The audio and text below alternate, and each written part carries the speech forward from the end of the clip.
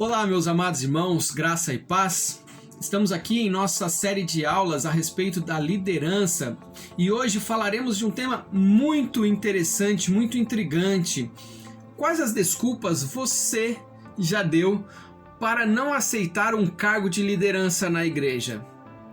Espero que você assista esse vídeo até o final e gostaria de ouvir depois o seu comentário a respeito desta aula e de como vem sendo estas aulas que nós estamos compartilhando com vocês.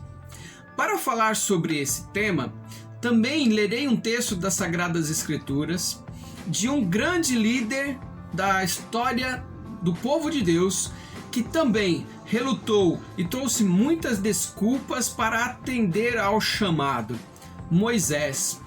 Lá no Antigo Testamento, no livro de Êxodo, nós leremos alguns versículos do capítulo 3 e capítulo 4 e veremos um grande diálogo entre Deus e Moisés, quando Deus aparece a ele no meio da sarça ardente, aquele sinal da sarça que ardia e não se consumia, que atraiu Moisés, e Deus então fala com ele e chama para libertar o povo de Deus que estava sendo escravo no Egito. Então acompanhe comigo a leitura desse diálogo. Capítulo 3, versículo 10 de Êxodo.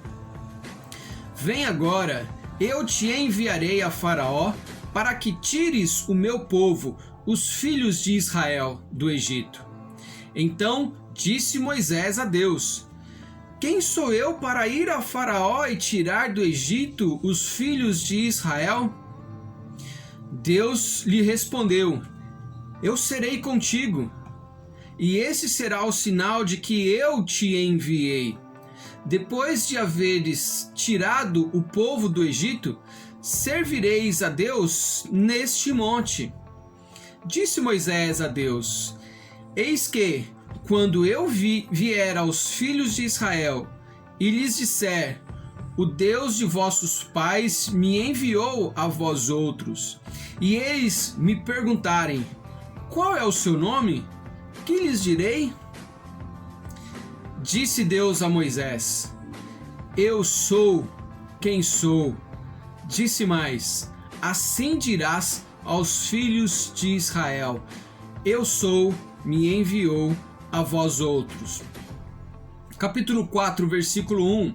Respondeu Moisés: mas eis que não crerão, nem acudirão à minha voz, pois dirão: o Senhor não te apareceu. Versículo 10. Então disse Moisés ao Senhor: ah, Senhor, eu nunca fui eloquente, nem outrora, nem depois que falaste ao teu servo, pois sou pesado de boca e pesado de língua. Respondeu-lhe o Senhor: quem fez a boca do homem? Ou quem faz o mudo, ou o surdo, ou o que vê, ou o cego? Não sou eu, o Senhor? Vai, pois, agora, eu serei com a tua boca e te ensinarei o que hás de falar. Ele, porém, respondeu: ah, Senhor, envia aquele que hás de enviar, menos a mim. Nós paramos por aqui e você pode ler o contexto, seja antes, seja depois, para entender melhor esta passagem.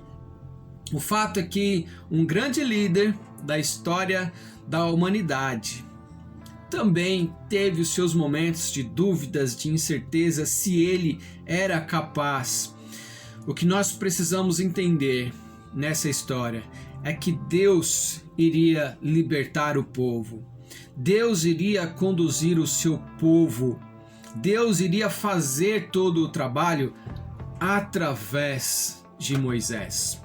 Às vezes nós colocamos desculpas, pois julgamos não ser as melhores pessoas, a pessoa mais indicada, mais preparada para assumir um cargo de liderança. Mas nós precisamos entender que nós somos instrumentos nas mãos de Deus. Eu quero aqui fazer uma referência a uma ilustração. Diz que certa vez as árvores de um bosque se reuniu para elegerem um rei para elas. Então se aproximou da oliveira e ali pede para a oliveira ser o rei daquele pomar. Então a oliveira diz: não, eu não posso ser o rei das árvores, pois senão eu precisarei parar de produzir o óleo que é tão importante, que tem ungido outros reis, que serve para abastecer as lamparinas, que trará a luz para os homens. Eu não posso ser o seu rei. Também as árvores ali então foram procurar a figueira. A figueira também diz que não, eu não poderei ser o seu rei, porque para isso eu terei que produzir os meus figos, que é alimento para os homens, que é um alimento doce para os homens. Então as árvores se reuniram ali e foram procurar e falar com a parreira. Da mesma forma, a parreira diz que não poderia ser o rei daquele pomar, pois senão teria que parar de produzir o fruto para a produção de vinho, o vinho que levava alegria a tantos homens. Então as árvores procuraram ao espinheiro e ele então diz: se vocês querem que eu seja o vosso rei, ajuntem-se todos aqui debaixo da minha sombra. Agora, meus irmãos, me diz, que fruto, que benefício, o que de bom aquele espinheiro estava produzindo para ser o rei daquele pomar? Enquanto outros que estavam produzindo, que servia para alguma coisa, disseram não, o espinheiro, que não tinha certa utilidade, ele acabou sendo nomeado rei e trouxe muito sofrimento para aquelas árvores. Essa ilustração eu trago do livro chamado Metáforas da Liderança, da editora Ragnus, escrita por Josué Campanha. E lá ele dá uma descrição que diz que o foco de uma pessoa que é líder não é apenas fazer bem aquilo que sabe fazer, mas olhar os desafios do mundo e saber onde sua habilidade fará a diferença. Então a oliveira poderia continuar produzindo o seu óleo para levar a iluminação às lamparinas ou para fazer o que tinha que ser feito, produção do seu alimento também, porque ela também produz alimento. A figueira poderia continuar produzindo o seu figo, a parreira poderia continuar produzindo o seu fruto, mas elas poderiam também exercer um cargo de liderança e aproveitar para expandir o seu reino. Aqui eu quero trazer então para a nossa meditação algumas desculpas que às vezes nós colocamos, e quando eu falo nós, eu também me incluo, quando nós somos cogitados a assumir algum tipo de liderança, algum cargo de liderança na igreja. Talvez o mais comum, a desculpa mais comum, ou como eu quero chamar aqui, o mito mais comum nesses momentos é que o líder nasce líder. E aí eu começo a pensar, meus irmãos, de certa forma, todos nós exercemos um certo nível de liderança, seja onde for, seja no núcleo familiar, seja na sociedade ou na igreja, em algum lugar, de alguma forma, nós exercemos algum cargo de liderança. O pai, que deve exercer liderança na sua família, para com seus filhos, ou aquele amigo que influencia os seus colegas de trabalho, de alguma forma, todos exercemos um cargo de liderança. Aqui então a gente para e pensa, cargo de liderança, ou melhor, o líder não necessariamente é um dom, é algo inato, algo nato da pessoa, mas ele pode ser desenvolvido. Algumas características básicas da liderança podem ser aprimoradas ou até mesmo aprendidas no decorrer da vida da pessoa.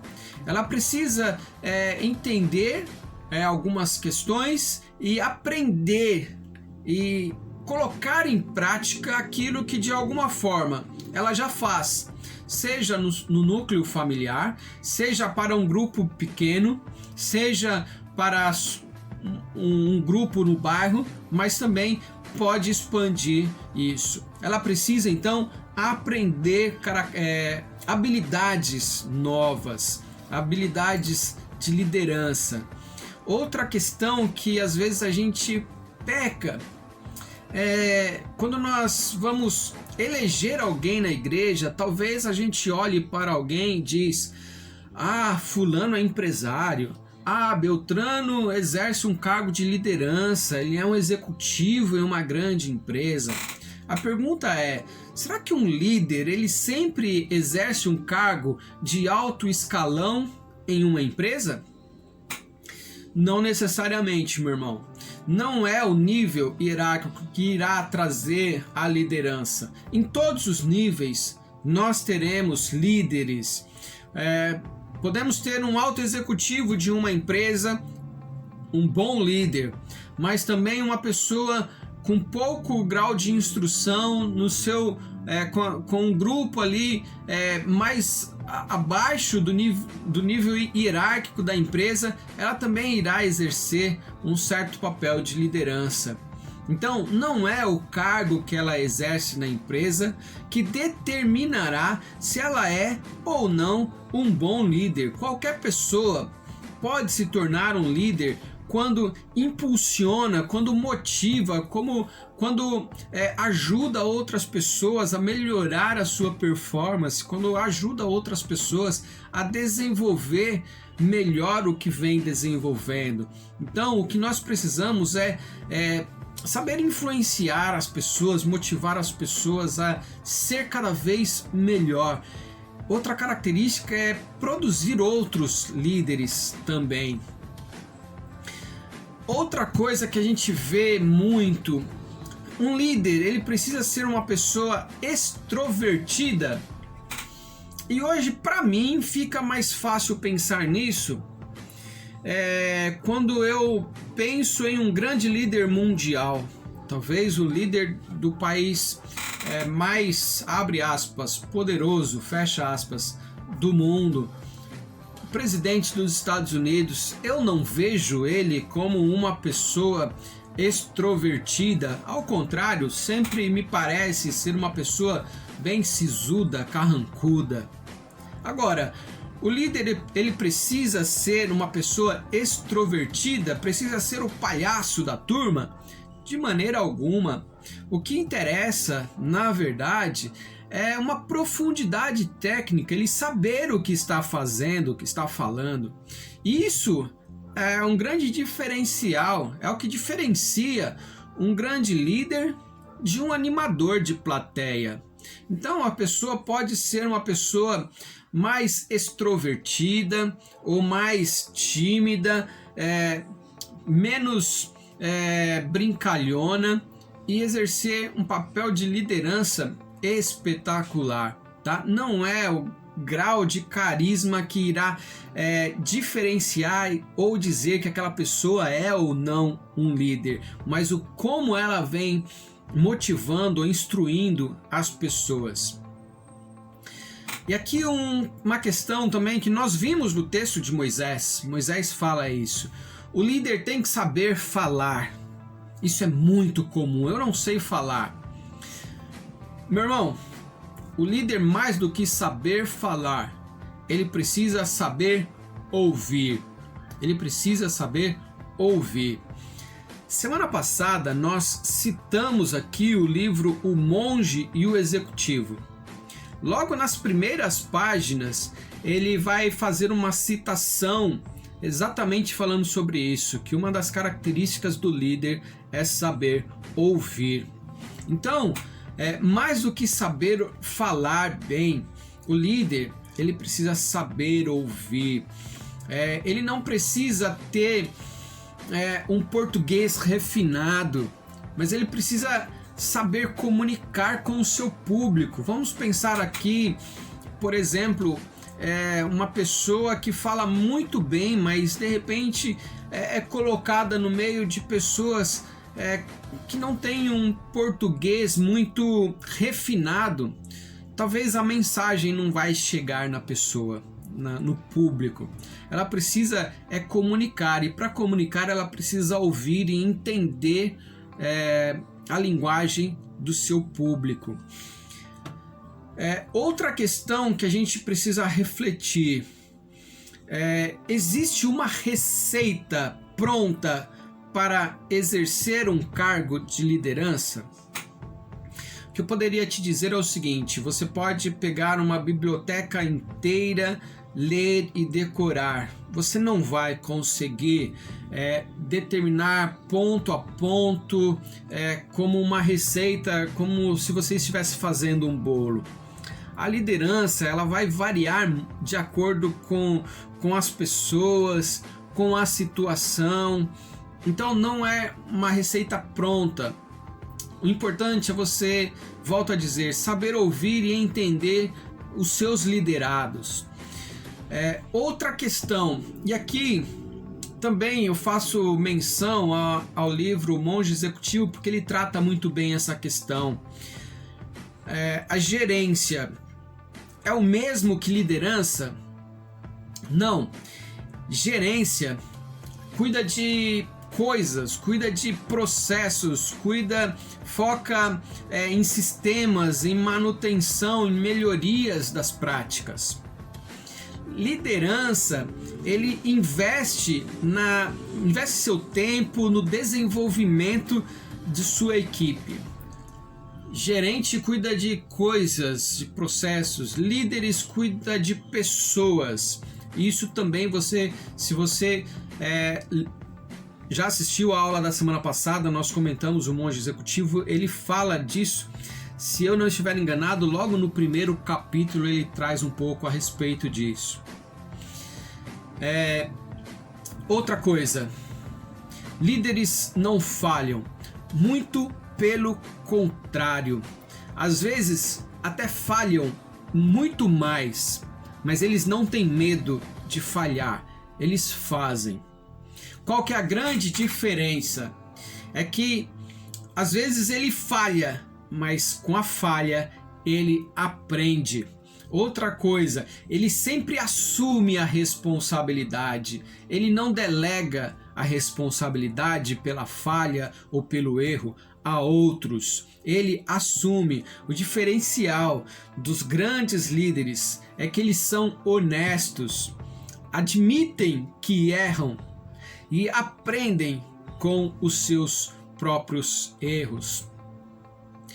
E para a gente encerrar esta aula de hoje, a última coisa que eu quero falar: líderes estão sempre disponíveis.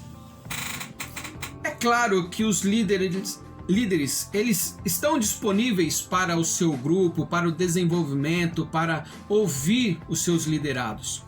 Mas eles também precisam de tempo para si, tempo para a família dele. Ele precisa de tempo, de espaço para ele pensar, para ele estudar, para ele também criar, para ele também se desenvolver.